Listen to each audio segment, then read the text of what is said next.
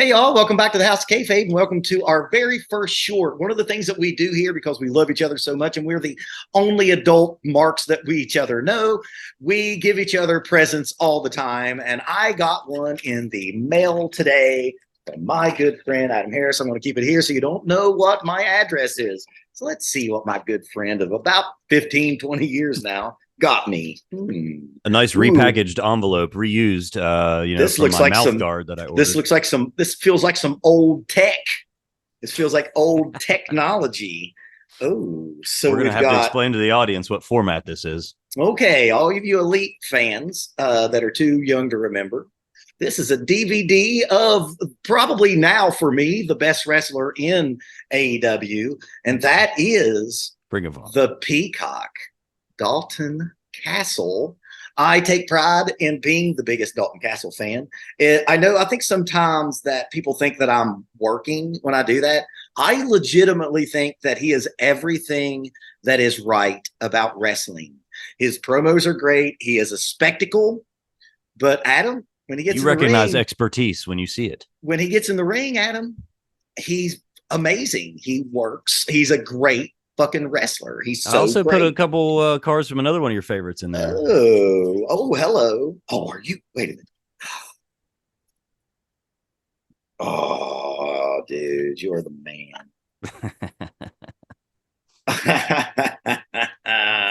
Is that my girl? When we were down at WrestleCade, oh shit! Yeah, when we were down at WrestleCade a few years ago, you made nice with old ODB, who's also somebody. She's the best. Is I that the only one that's down in here? to one of our ASW shows, man. She's the coolest. Is this a few ODB? Yeah, there's a couple.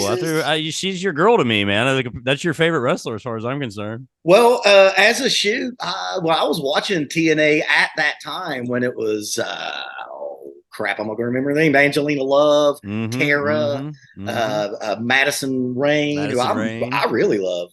Oh, ODB, dude. Man, I didn't appreciate her back then. I appreciate her much more now, though. Oh man, you got to go back. She's tremendous. Dude, there's so much good ODB shit. We have ring worn. Is that what we call that? Patch relic there. Yeah, patch relic. Yeah, that's a relic card. That's one reason I wanted you to have that, man. You need to have that in your vocabulary. Dude, she's the best. Nice relic card there. It's numbered too, I believe. Isn't it like out of 250 or something? It is number 150 those, Barker. out of 250. Wow. There's 50 of them numbered out of 50, probably. So would these just be randos in packs? Probably, or maybe in hobby pack, like hobby boxes is my guess. I don't know. I definitely wasn't opening those cards, but so yeah, let's talk about that since this is going to end up being a longer unboxing video. For stuff like this, I know WDB and AEW both do it. These aren't going to be in your regular quote unquote hanger packs. Maybe not. I mean, it depends on the product, and I don't know specifically like how you got a TNA relic from that set. I don't really remember, and I can't even tell you the year off the top of my head. Newer. Yeah. So the hobby boxes are the ones you pay a little more for to get more cards. Like versus buying a $30 blaster at Walmart. You're not going to find a hobby box there. Hobby boxes go to like the hobby stores, like to the card stores, or you have to look for one on eBay. And so it's a little bit, it's a better chance at getting a higher product. Like some things are retail exclusive, some things are hobby exclusive. And I would say now probably a lot of the relics are hobby exclusive. But again, it depends on the release. Like some releases, it's like, oh, look for retail exclusive relics, that sort of thing. Like they'll do anything to mix it up.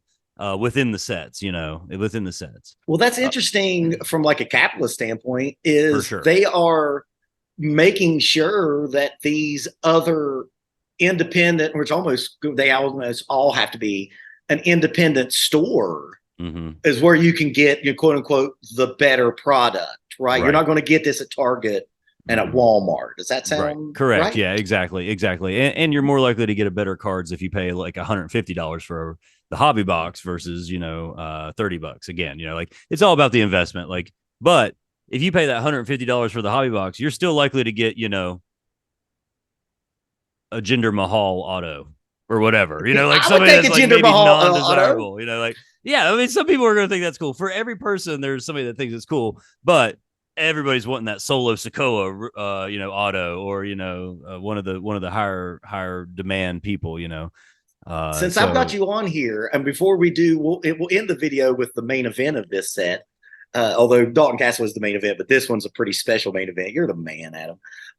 Like right now, what is the big rookie that everyone is trying to get that you think is going to be the one that is an investment down the road? Yeah, prospecting. That's a tough one, man, because in wrestling it's so easy to do, and 2 weeks from now it could be totally different. But I actually have a couple Thea Hale cards here. She's on NXT.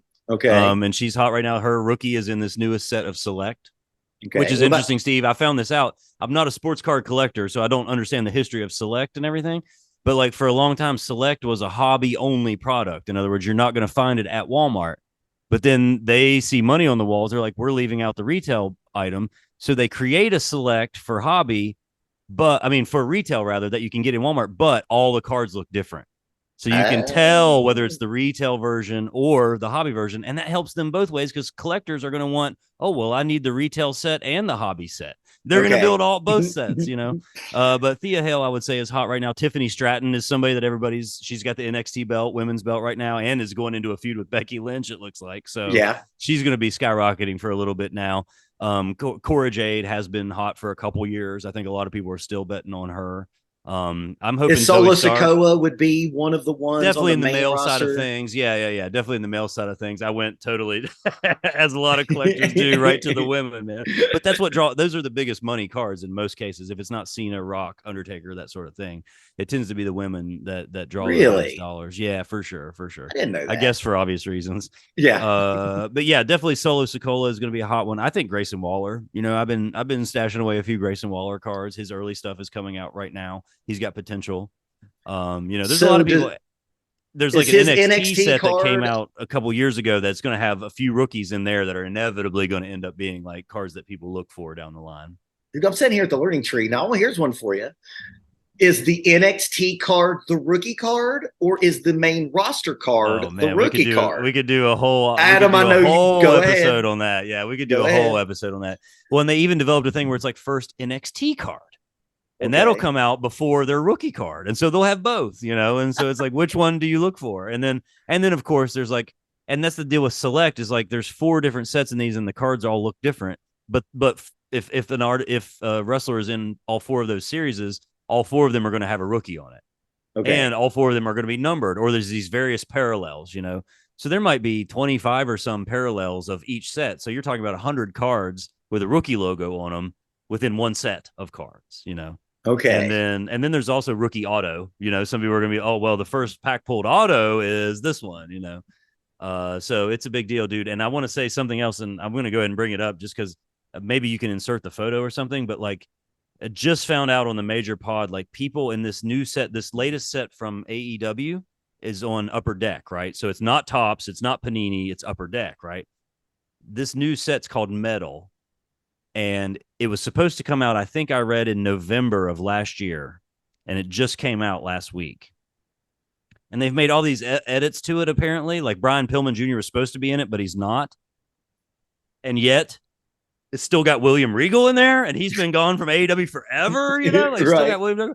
But Mark Sterling, it's his rookie card, and he's like looking for this because it's his first AEW card. He's on the major pod, they collect. He's not into cards, but collecting is their deal. It's like, this is my rookie card. This is a big deal. And one of them, he realizes it says Mark Long Sterling. And maybe we'll put the photo up there of this screen grab. This is of a shot of a card that sold on eBay. And it's like Mark Long Sterling. He's like, what's up with that? And he starts asking around. And then they're like, yeah, it's like that on the Eddie Kingston one too. Eddie Long Kingston. What is happening? What? And this is like a huge error, man. It's only on certain people's cards in this one set of these goldish cards that look like it so far that I can find. But and I don't know, not everybody's talking about it yet, but like that's an enormous mess up, dude. Okay, now those are cards. They're already printed. They're going out. You're not going to like stop production on that and redo it.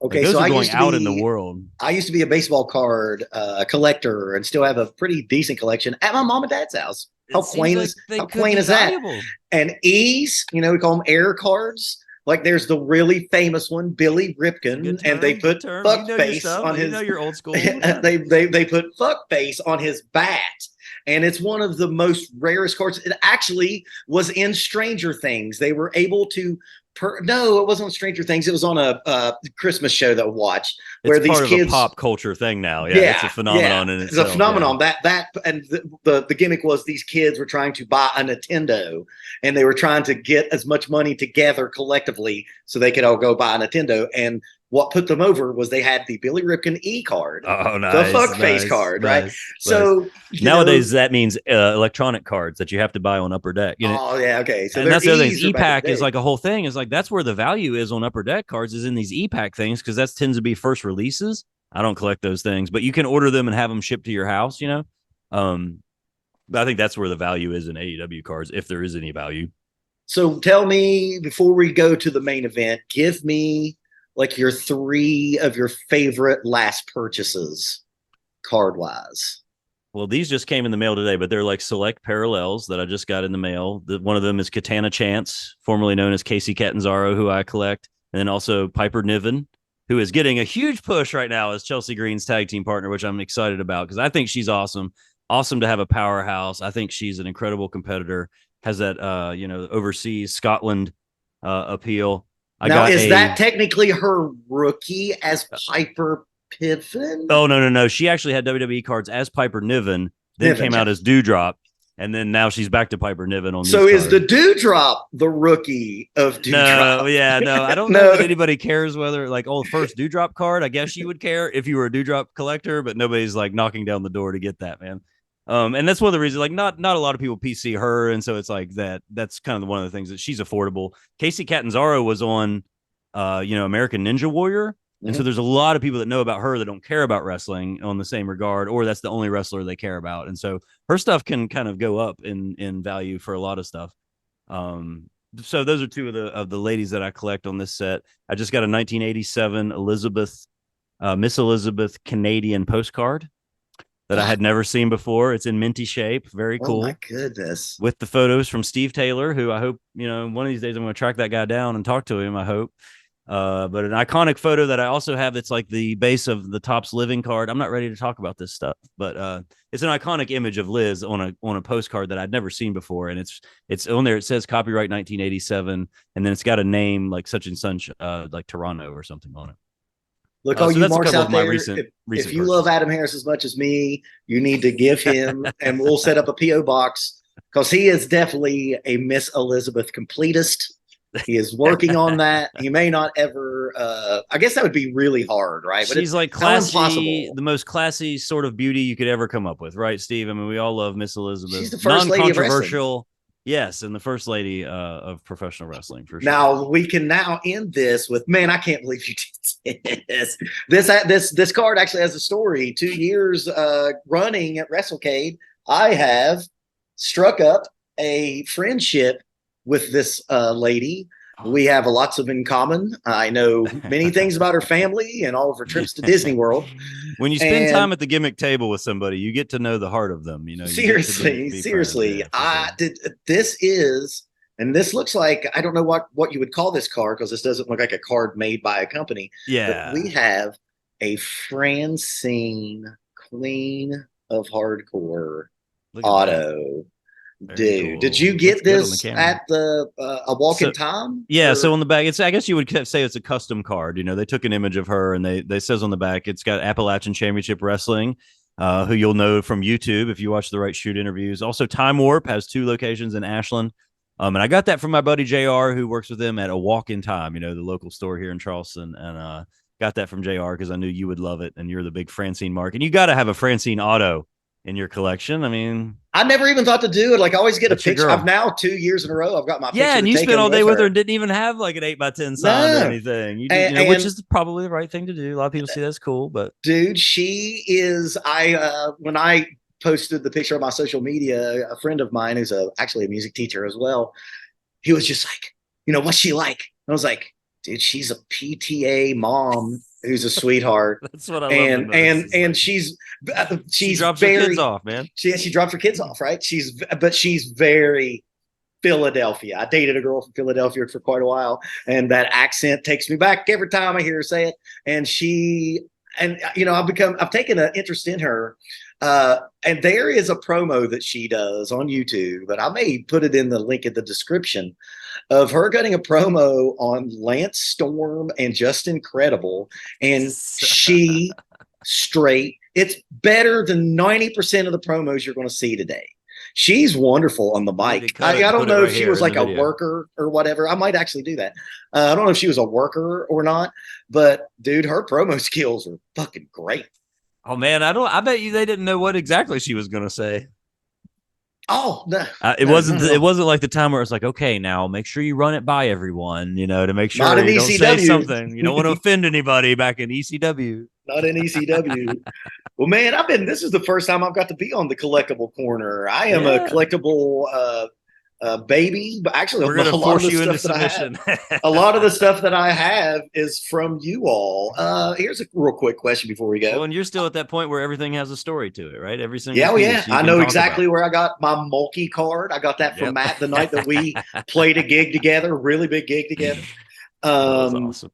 I have the Walter autograph rookie.